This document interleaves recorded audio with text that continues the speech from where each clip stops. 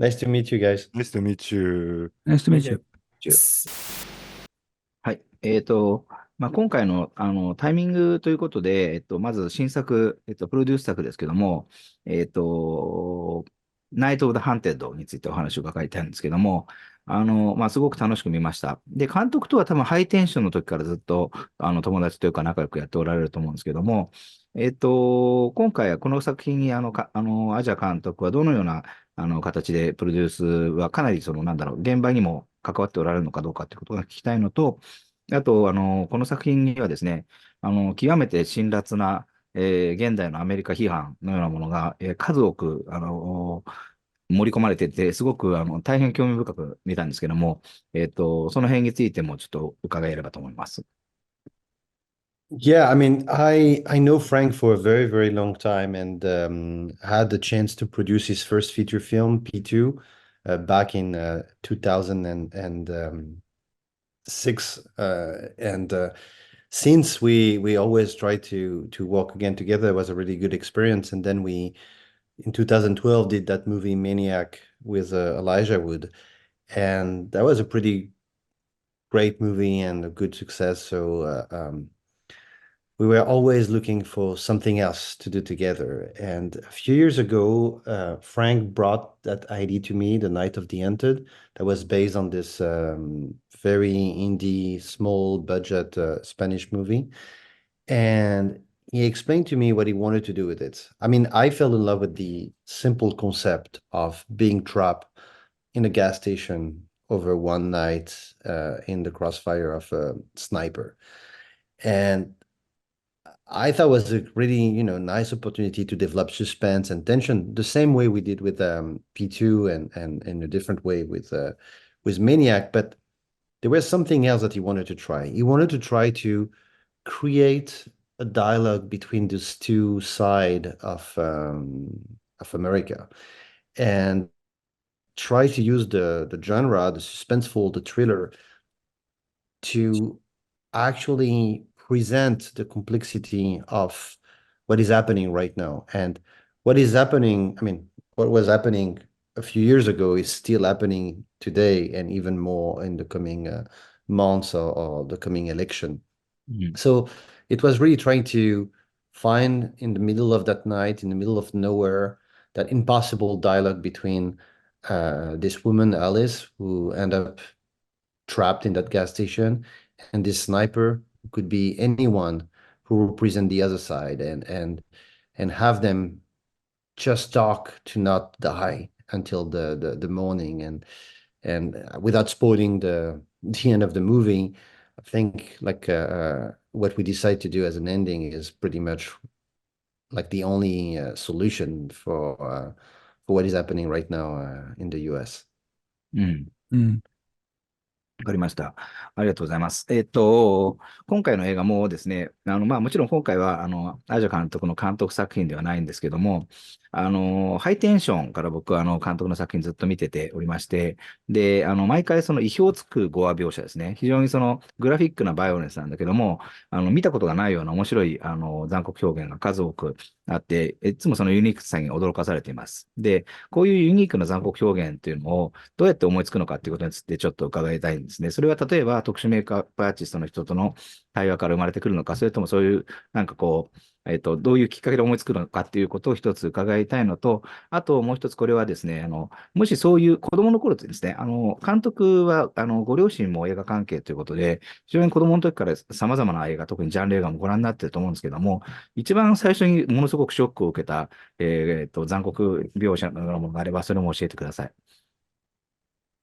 I mean, to start with the second part of the question, I grew up in a family that's in the film industry. My father is a filmmaker, but he's not making at all like that type of movies. But I have to say that I think what triggered in me this attachment to the survival genre was early on. I by mistake rent the VHS of Shining at the video club at the Blockbuster. And The Shining was the first shock. I was really young, and I remember the feeling of not being able to even move, like being paralyzed in fear, looking at the image and not being able to even cross to the TV and the VCR to stop the tape. And this feeling of being scared is something that kind of developed as I was growing up and watching other horror movies. I was kind of, I think, exercising a lot of my fears through movies. And then when we started writing script with Greg Levasseur, who was my longtime writing partner and producer, we always went back to what will be the most scary, what will be the worst that could happen to us. It was a way to kind of expose to a situation where what we will do, like you were talking about high tension. High tension was really like, let's imagine we're in that house during far away from everything, and there is a killer coming. Like, what you will do? You will hide under the bed. You will jump by the window. You will escape. You will try to rescue whoever you can save in the house. And that type of question were really the engine of the writing process. And then in movies after movies, we kind of always had that same approach of thinking about the worst. And I don't know why I might be so scared that I have a lot of imagination to imagine the worst kind of brutal and violent and way of dying. Uh, and and so yeah, I mean, on every movie, like I remember working on the script of Piranha, and we had to invent a lot of crazy ways of dying, and it was maybe the most exciting part of the process to imagine like how spring break kids could could go with Piranha, like tear them apart, and how you create scene and how uh, there is some weird movie award in the US, and it's called the Spikes Award, and I I think we won like twice or three times the most original deaths. Wow. I'm very I think it's a very funny award, and I'm kind of like happy and proud that it's always challenging. You don't want to do the same thing. I Yeah. think it's always to try within the genre to reinvent and to create something unexpected. And the more you go, like the more like, oh, okay, like most of the script I'm not doing, or I just pass, I just refuse to do, are usually because I feel that I've done them before. Mm. And so I'm always looking for what is the story, what is the situation, what is the the, the character I didn't see yet on the screen, and that I would like to spend a few hours with to think about like what I will do in that situation. It's always like putting yourself with the character.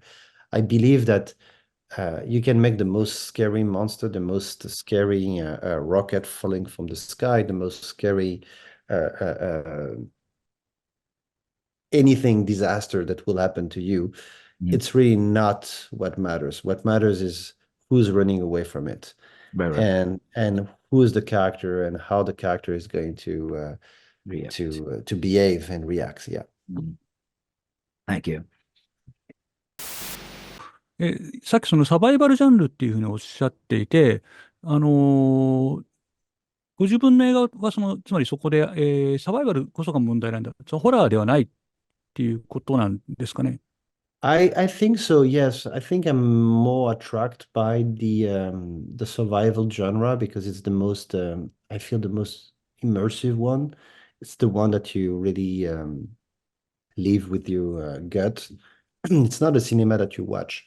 You never a good survival movie is never a movie that you're sitting comfortably in your chair and eating popcorn and watching the screen. It's always something that just grab you in.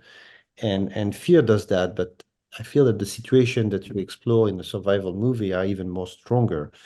But looking back at I directed 10 movies now and produced I think five or six in that realm. They are different. Some movies are not necessarily a survival for say.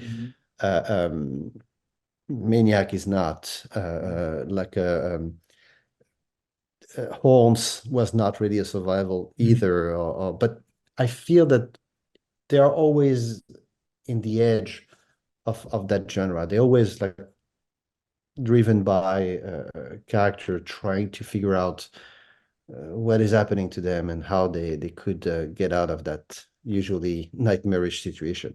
うん。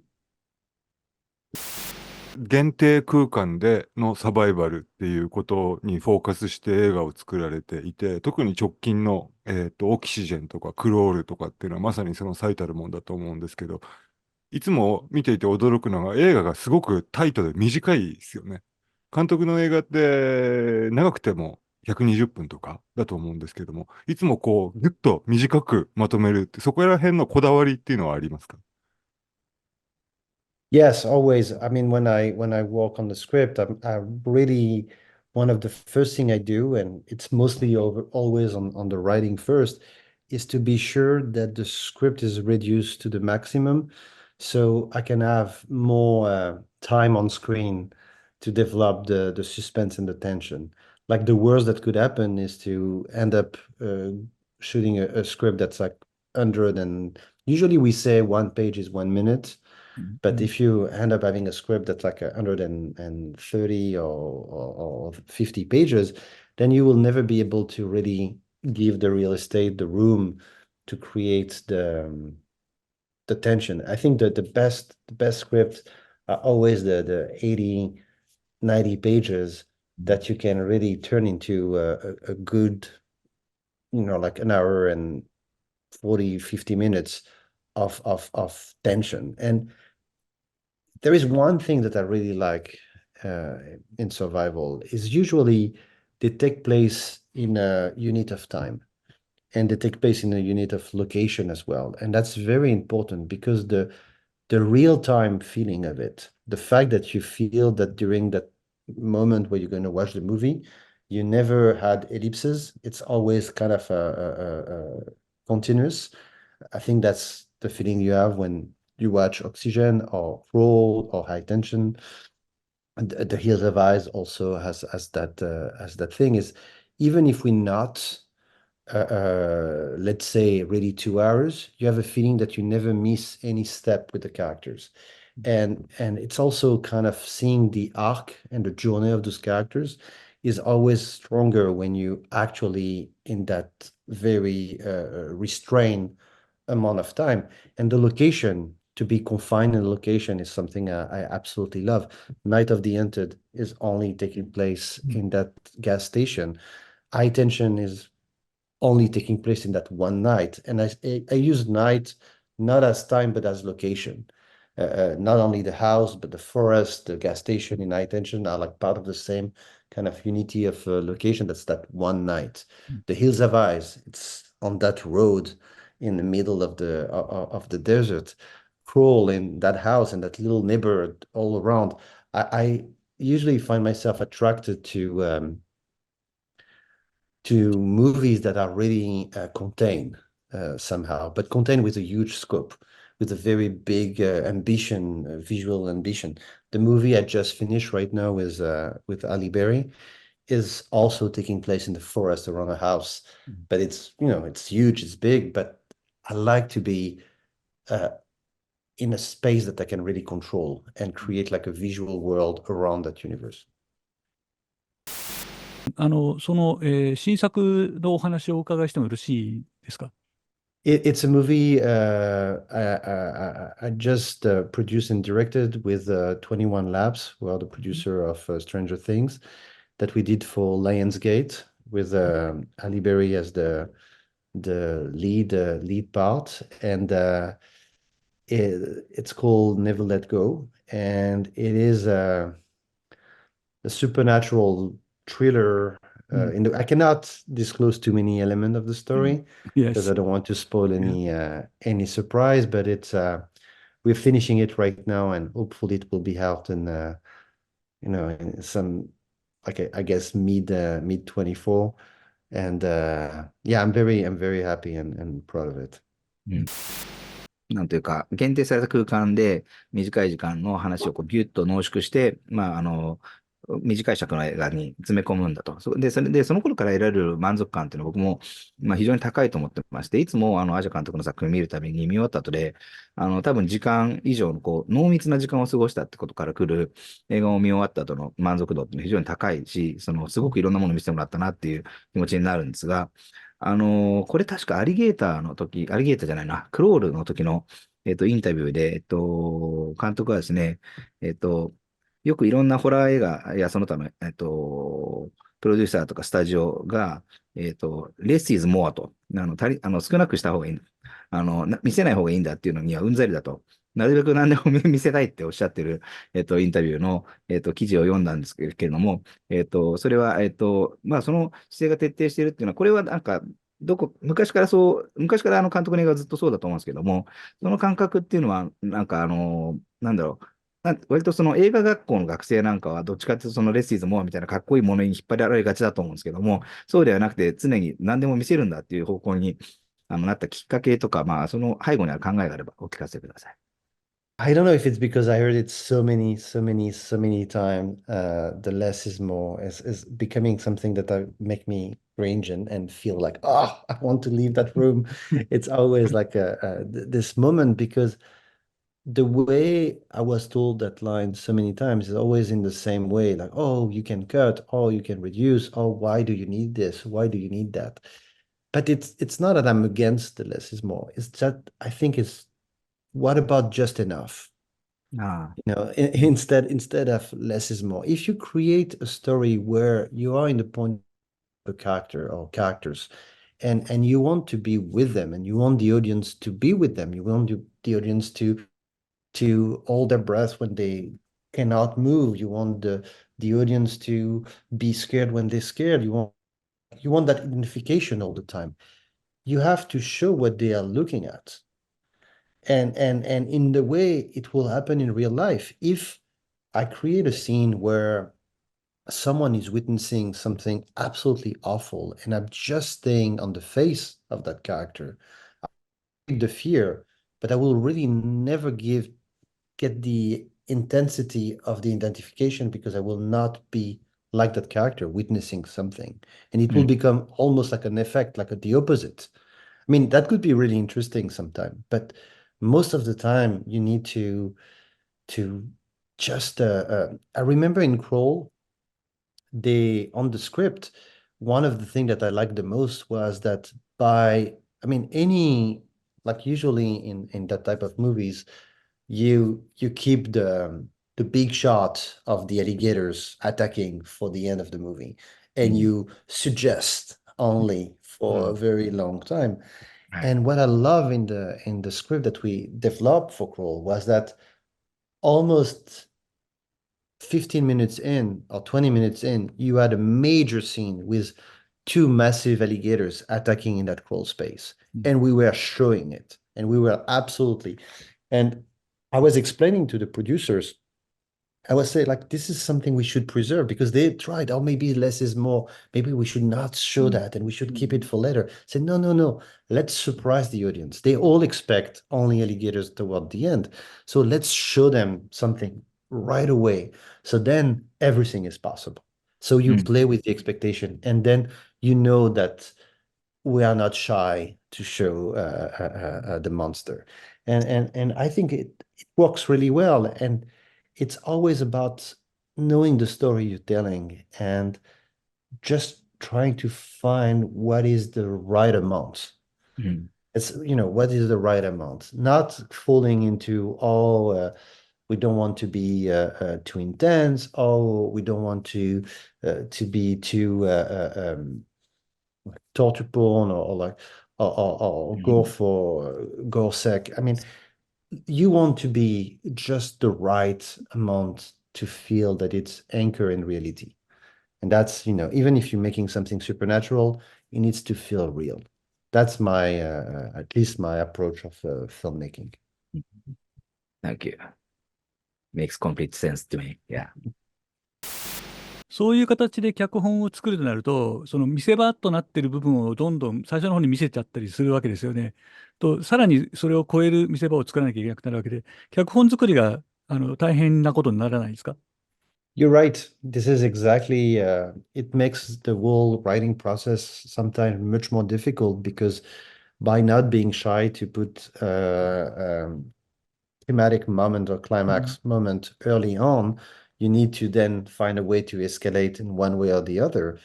And it is something that I, I find out early on is that it's better to, if it's before being a filmmaker, I'm a moviegoer. I'm a spectator. I love to watch movies still today. I like to be scared and stuff.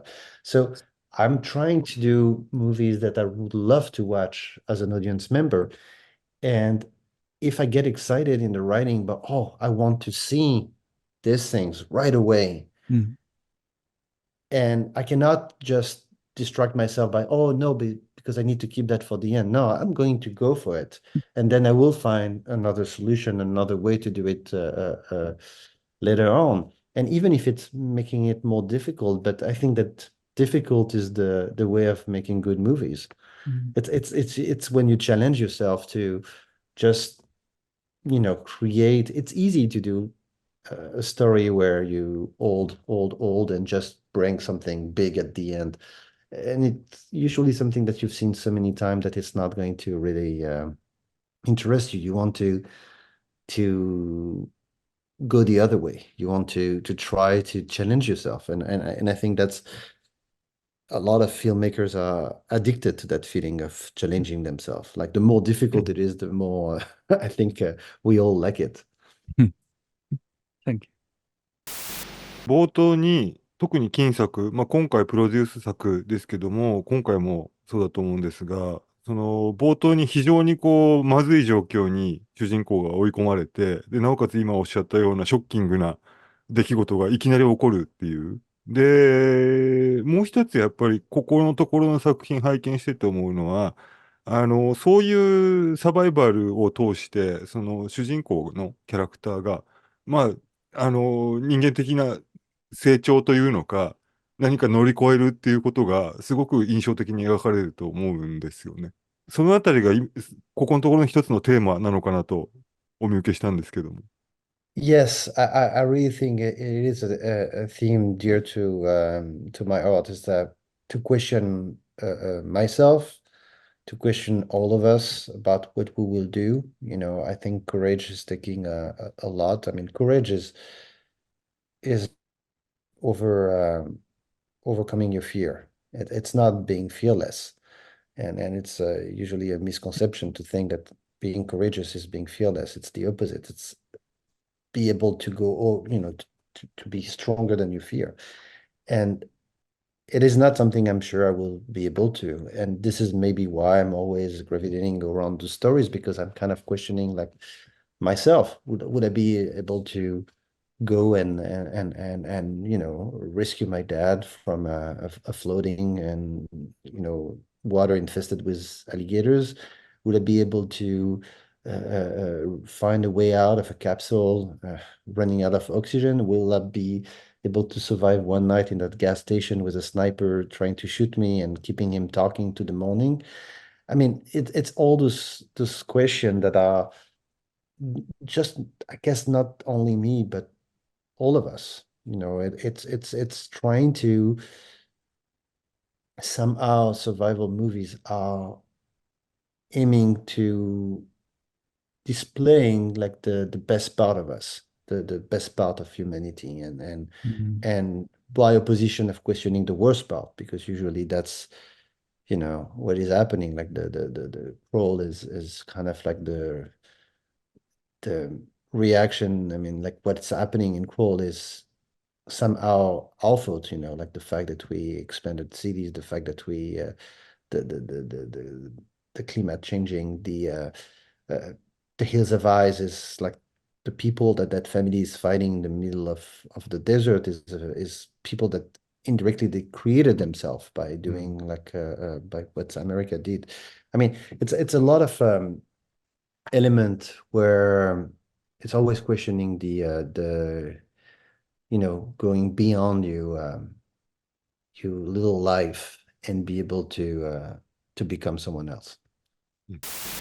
アメリカに来て最初に撮られたのはヒルズ・ハブ・アイズだと思うんですけども、ヒルズ・ハブ・アイズがあってからミラーズ、それからピラニア 3D が、みんなリメイクなんですよね。で、からプロデュースされた、マニアックと今回の作品も、そういうことです、なってます。で、ホラー映画は、最近始まったことではないんですけども、リメイクとかリブートというものがたくさんあって、で、あまり、なんだろうな、残念な結果に終わってるものもたくさんあるんですけども、アジャ監督の手掛けたリメイクとリブートはどれも素晴らしいと思います。で、僕は特にヒルズ・ハブ・アイズ見たときと、ピラニア 3D も、非常な感銘を受けたんですけども、あのーうまくいってるリメイクと、そうじゃない、うまくいかなかったものの違いはどこにあると思いますか？あるいは、その作るときに、気をつけていることがあれば教えていただきたいです。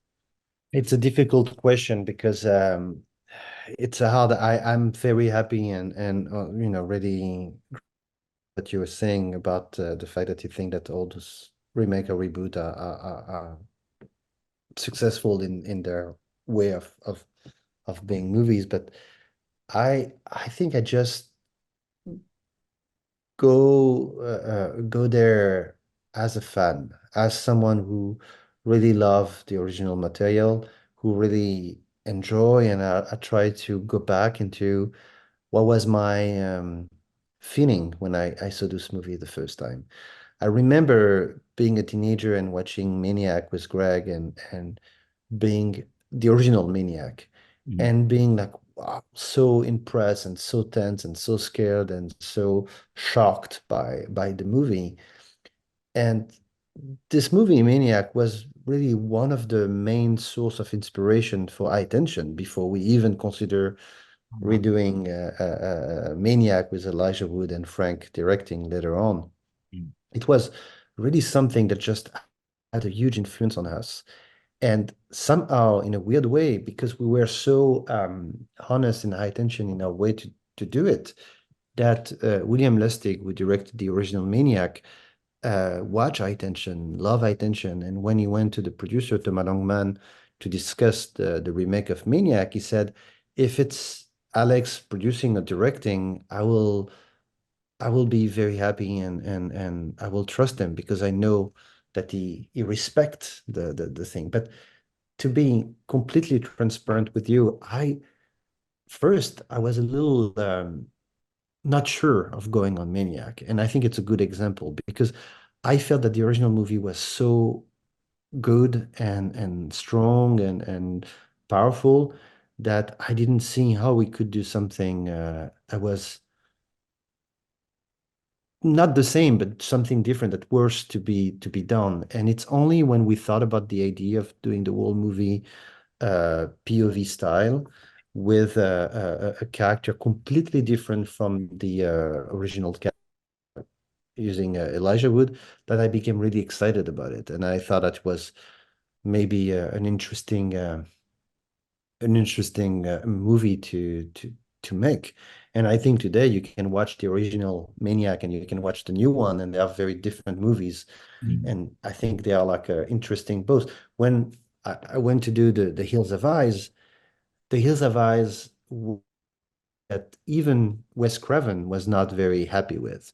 No. He made it in the time where he was not like really glad of the cast and like there are a lot of things that were not the way he wanted them to be. I would have not remake The Last House on the Left. I would have not touched any of that kind of, for Ah. me, masterpiece of Wes. But I felt with The Hills of Eyes that we had room to take what Wes did and together with Wes Mhm. develop it furthermore and bring it to another level. Mirrors was barely a remake of Yeah. the original Korean movie.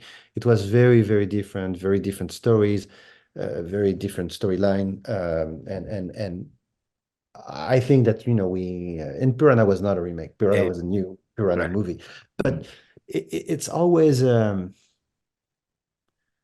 always trying to remember what I loved in the original material. Mhm. And I think it's the same when you do an adaptation of a book or if you have any source material that exists prior to the movie. You try to remember the reason why you fell in love. Like what is the this element that just got you and you want to be sure that they will still exist in the movie when it's finished. Well, thanks so much. という話だと、そのヒルズ・ハブ・アイズのリメイクで、アメリカにいらしたわけですけど、それどういう、ウェス・クレイブンからではなくて、他のプロデューサーからの誘いで行ったっていう格好になるんでしょうか。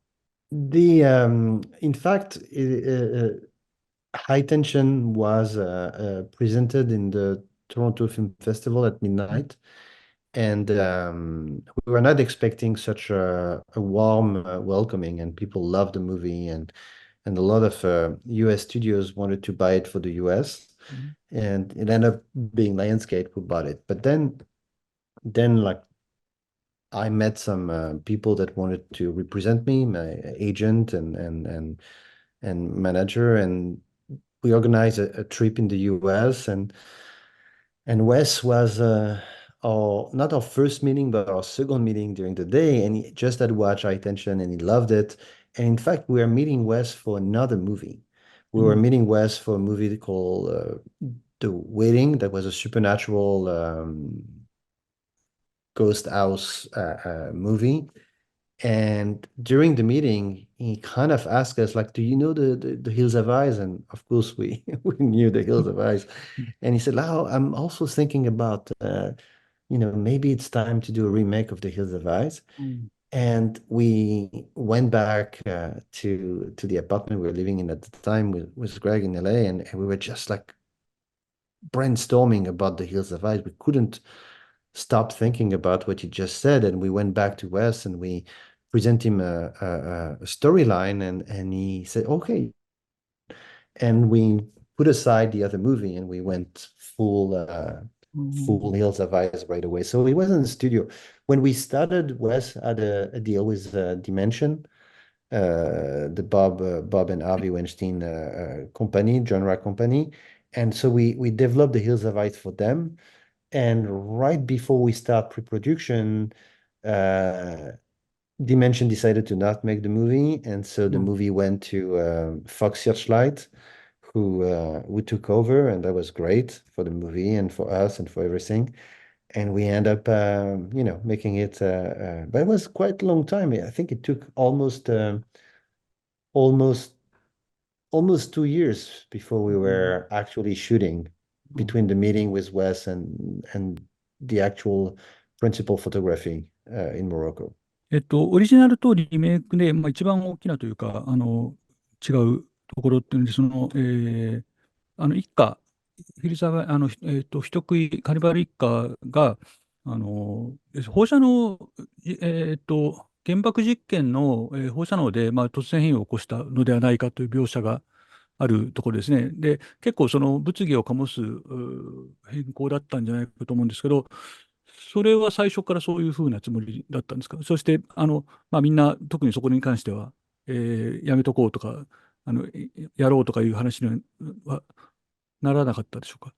It was the actual pitch. Like I remember we went back to Wes and we told him and said, like, we think that the whole storyline of the Hills of Eyes is pretty interesting, and the way it should stay like this, the family, the dynamic.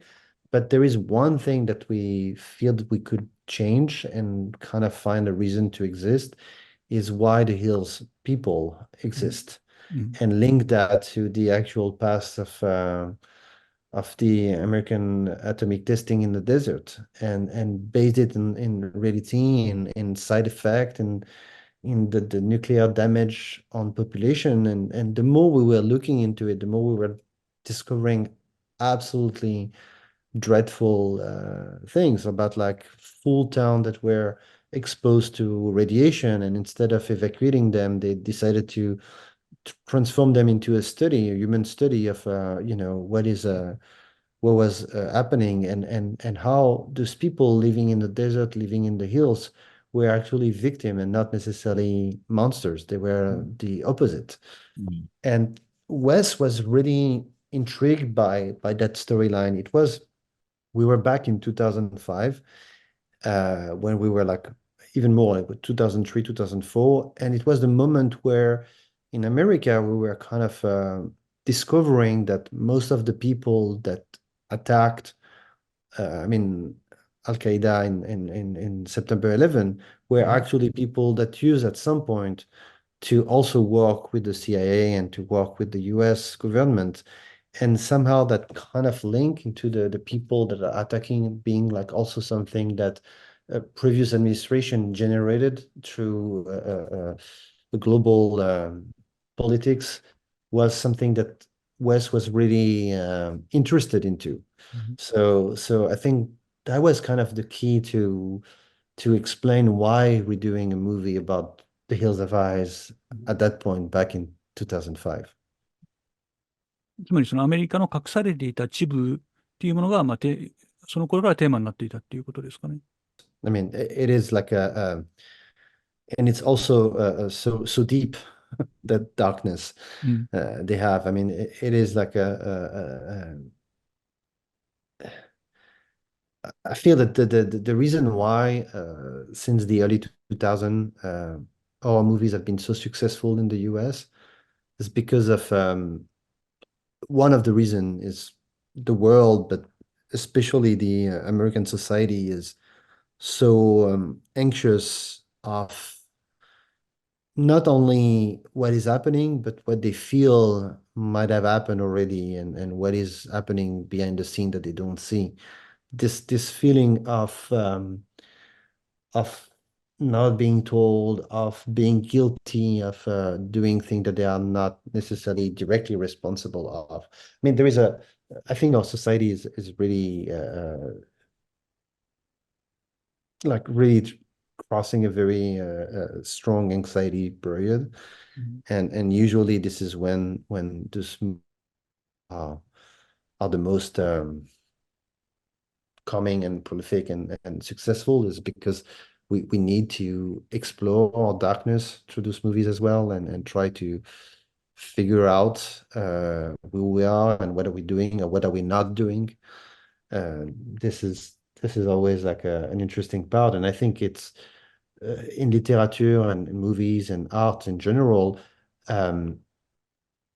genre science fiction and horror is always meant to have a subtext and talk about something and have a theme, that have a very strong theme. It's not about the killing, it's not about the gore, it's not about the excitement or the fear. It's about like what are we as a society in our extreme version of it as well. 僕、これ、またピラニアの話に戻って恐縮なんですけども、ピラニアが公開されたときに、僕は映画雑誌で仕事してまして、このことについて、記事を書いて、ピラニアを、擁護したということを言ってほしいんですけども、で、それはなぜかと言ったら、その時にですね、ピラニアが公開されたときに、ジェームズ・キャメロンがですね、3D をこんなものに使うのけしからんと、ふざけたことを言ったんですね。で、なんで僕は記事の方で、こういうものを見るためにこそ 3D はあるんだっておっしゃったんですけど、その時のそのジェームズ・キャメロンのお話ってご存知ですか？ Oh yes, Oh, you did. Okay. I'm fully aware of this because I didn't know that happened in Japan, and I'm really happy and thank you so much to have taken the defense on the movie. But a similar thing happened in the US as well when the movie was released, and it's interesting because the Piranha and James Cameron are so tied together. James Cameron has obviously very bad memory of Piranha because that was the first movie he directed for Corman, and that was a movie that didn't do well, and I mean, it's a lot of there is a lot of history there. But the interesting part is I was rewriting Piranha and with Greg, and at some point we were kind of reading about Avatar. It was really the early moment where Avatar was not shot yet or just in production. And James Cameron announced that new 3D technology that was coming. And right away, it struck me, said like, oh, if we could use the same tech for Piranha, because everything that we were writing was so coming out of the screen, like everything. I mean, like if you Right. watch Piranha, you know that there is a lot coming out of the screen. And so we thought, oh, it would be so cool and so funny and bring this kind of even more popcorn layer to the movie. So I called Bob Weinstein, who was the studio and producer, and I explained that to him, and right away he got it. He understood. He said, "Yeah, let's do it." And that's how, over one phone call, Piranha became Piranha 3D. Oh. And later on, like we were like, oh, we need to use Cameron's technology. We need to. So we started talking not to him directly, but to his company to rent the camera, the rigs, to shoot it in real 3D, the way he was doing Avatar. And we were going to go and rent all the material, and someone who made a movie with his camera told us, be careful, because if you have a movie that takes place on the water, then the sun reflection on the water is going to be different from each eye, and it's going to break the 3D. It's not going to work. And so we were, oh, okay. So we took a pause for a minute, and we thought about what were our option. And at the time, they were a company that showed us like a piece of the Peter Jackson King Kong converted in 3D. And it was so spectacular what we saw. It was so well done and perfect that we decided, because the rig from Cameron was not walking on the water yet, that we will do regular Panavision anamorphic film stock, and that we will convert after into 3D. Things didn't go exactly the way they were supposed to, and the conversion in 3D was not to the level I was expecting. And I was not the company that did King Kong that did it, and it's another story, and it was a lot of frustration. But the thing is that the concept of Piranha was exactly the opposite of Avatar. Avatar was an open window to a world, All right. and Piranha was a window that piranhas are breaking Right. into the audience. And I think that both movies were existing together was like a great thing. And I completely disagree with them on the fact that 3D should not be using. It's different type of movies. And also I feel that that whole feud were coming from a feeling that we didn't end up using his material. And also at the time we were trying to get him and Joe Dante to come and be a boat captain in the movie, to have a cameo in the movie. And I mean, it's a long story. It was kind of a weird thing to come after us, because we're such a tiny movie compared to I think the other thing that kind of bothered him is that we managed to have like the trailer of Piranha in front of Avatar. And so it felt like we were kind of like cheating, that he was making a real 3D movie, and that we had a movie that was converted in 3D right before his movie. But the movie was not converted as an afterthought. It was written to be a 3D. And that's really where I'm insisting, is really like we made Piranha as a 3D movie. We didn't use the 3D technology because of the water component and the way the reflection could have not worked, but it was a 3D movie, and every shot was made to be a 3D shot. But anyway, it's I'm sure it was just on the heat of the moment. That's super interesting. Thank you very much. もうこれ監督ももう聞かれてうんざりしてると思うんですけど、一応我々日本のね、チャンネルなんで聞かざるを得ないんですが、コブラはどうなってますかね、今ね。So I grew up I mean, for me, Cobra was as important as Star Wars. and not only for me, but for my whole generation in France. We were running after school to watch the anime every day. I mean, at the time we couldn't access to the actual manga, but it was the anime that was really so popular on French TV when I was growing up. So when I got the opportunity to work and develop and meet with Buchi Terazawa, that fortunately passed recently, it was just a dream come true. It's very hard because at the time when we were trying to make it in the US, our pitch was almost like it's time to do a new Star Wars. But then they did a lot of Star Wars. And I feel that as we were developing it, Guardian of the Galaxy, because of the tone, because of kind of also went on the same field. And if Cobra is like really, really famous in South America, in France, in Japan, it's not the case in the US. And it's very hard to find it. It's a huge. I still hope that one day we'll find a way to make it happen, but we're still trying. And we will be waiting. Yep. Me too. じゃあ、以上ですね。Thank you so much. Thank you so much. Take it. Thank you so much. That was so nice to talk to you. Same here. Us too. Thank you. I'm waiting for Thanks. the new film too.